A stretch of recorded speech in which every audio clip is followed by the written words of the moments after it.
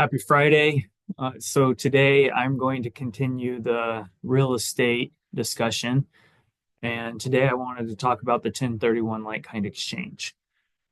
So in a 1031 like-kind exchange, if you sell your property at a capital gain, meaning the sales price minus the cost that you bought it at plus any repairs or other expenses that you've put into it that you haven't expensed or depreciated over time. If it results in a capital gain, then you're going to owe some taxes on that. So there is a way to defer those taxes, and that's through the 1031 like kind exchange.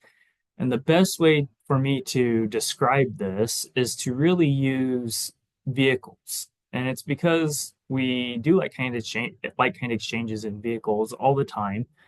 However, we don't get to take them as a tax write-off. And typically, vehicles depreciate in value instead of appreciate in value like real estate does.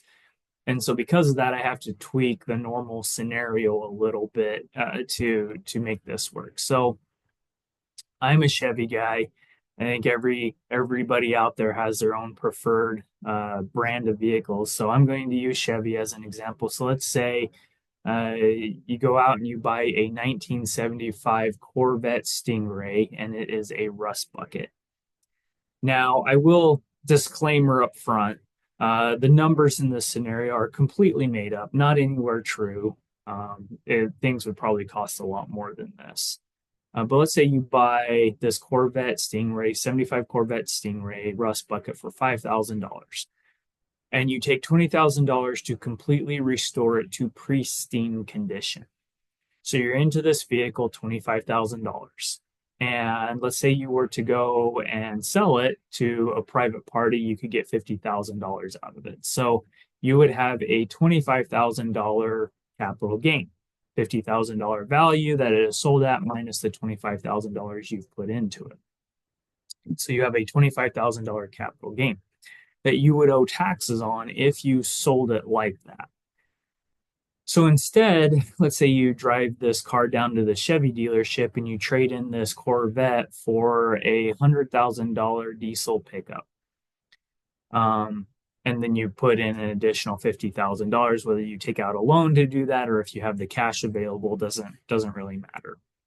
So you real world, you put in $50,000 cash, you trade in a $50,000 fair market value vehicle, and you drive away in a $100,000 pickup fair market value. Now, granted, real world, you're going to have depreciation almost instantly the moment you drive off the lot, but let's pretend like this is like before you've left the lot. So you have a $100,000 pickup. Well, in this transaction, you still have that $25,000 capital gain on the Corvette, but you didn't receive any cash. So instead of making you pay taxes on something you didn't actually receive in cash, the IRS says, you know what, let's take the value of that capital gain, that $25,000, and we're going to roll it into the value of the new truck. So even though fair market value, you're driving a $75,000 vehicle, for real world experience or for tax purposes, you have a $75,000 truck, and now you can continue to depreciate this $75,000 truck. So that's what happens in a like kind exchange. We can only do like kind exchanges for real property, so real estate. So let's say you buy this $300,000 home, you've depreciated it for 5 years under the cost segregated method. But during that 5 years, let's say it's appreciated in value $100,000. So now you have a $400,000 home. Well, you've used up about half of the depreciation life. So you're like, hey, let's get rid of this. Let's do a flip. Let's do a like kind exchange. So then you sell the property for $400,000. Now, when you do this, you have to do it through a appropriate title company because they're going to hold the proceeds from this sale in trust fund and give you time to buy the new property. So then let's say you go out and you find a $500,000 home. So you roll that $100,000 capital gain into the value of the new home. And so for tax purposes, you now have a $400,000 home. You deferred the $100,000 capital gain into the value of the new property, and you're able to then do another cost segregation and depreciate that. There are different ways to do a like-kind exchange. You have a reverse 1031 or a traditional 1031. You really need to speak with your tax advisor when you're ready to do this, or your real estate agent and the title company. So the title company has to be qualified to handle like-kind exchanges, 1031s, because they do hold the money in trust. A reverse 1031 is where you buy a property first and then you sell one afterwards. A regular 1031 is where you sell the property first and then buy another one. There is a time limit on how long you have to identify and sell the property or identify and purchase the property. So make sure that you understand those rules before you get ready to do this. The restriction on this is you can only do real property for real property. So you can't like kind of exchange a car for a house.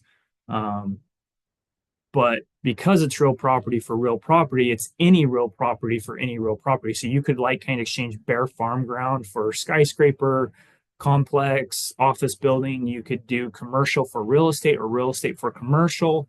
You could do 1 for 10 or 10 for 1. So let's say you're in $1 million residential rental property. You could exchange that for 5 more properties or an apartment complex or a commercial office building.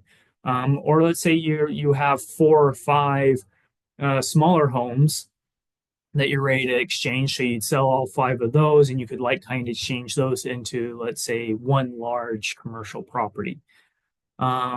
So those are kind of the things about 1031 like kind of exchange. It's a great way to defer your taxes. If you do a 1031 like kind of exchange, the long-term capital gains keep their nature. And they will grow as you continue to do these generation after generation after generation of like kind of exchange. So the issue is if you exit, if you sell for cash, it's going to release all those generations of like kind exchanges, and you're going to owe a lot of capital gains tax.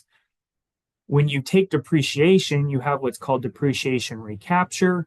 Depreciation recapture is taxed at ordinary tax rates, whereas long-term capital gains are taxed at the more preferential long-term capital gains rates. When you have a capital gain, you have on a sale of property that you've taken depreciation on, you have to allocate that capital gain between depreciation recapture and long-term capital gains. When you do a like kind exchange, you defer the entire capital gain, so you don't have any depreciation recapture or long-term capital gains. It all gets deferred into the value of the new property. However, if after a few generations, if you take cash out, it will release both depreciation recapture and long-term capital gains. So you will have a lot of taxes due. So exit strategies. You roll this all up into a trust, and then your beneficiaries inherited after you pass on at fair market value, capital gains disappear. Another option would be you wait for the market to flip. Every now and then the market does lose value. You end up selling at a loss that will limit the capital gain. And there are some other strategies. You can flip into a property that you just plan on keeping forever. And so if you're done doing the like kind exchange, then you can flip into a property that you plan on keeping forever, and all those long-term capital gains get locked up inside that property. So those are kind of the benefits to the restrictions. Great strategy, especially if you're going to buy a rental property, do a cost segregation, then you like kind of exchange it to start the cost segregation over again, and then you can build an annuity of tax savings. Next week, we're going to talk about a Delaware Statutory Trust, or a DST, and a better way to do real estate investments where we can take all of these strategies through this mechanism. That will be for next week. So until then, have a wonderful weekend and a great week next week.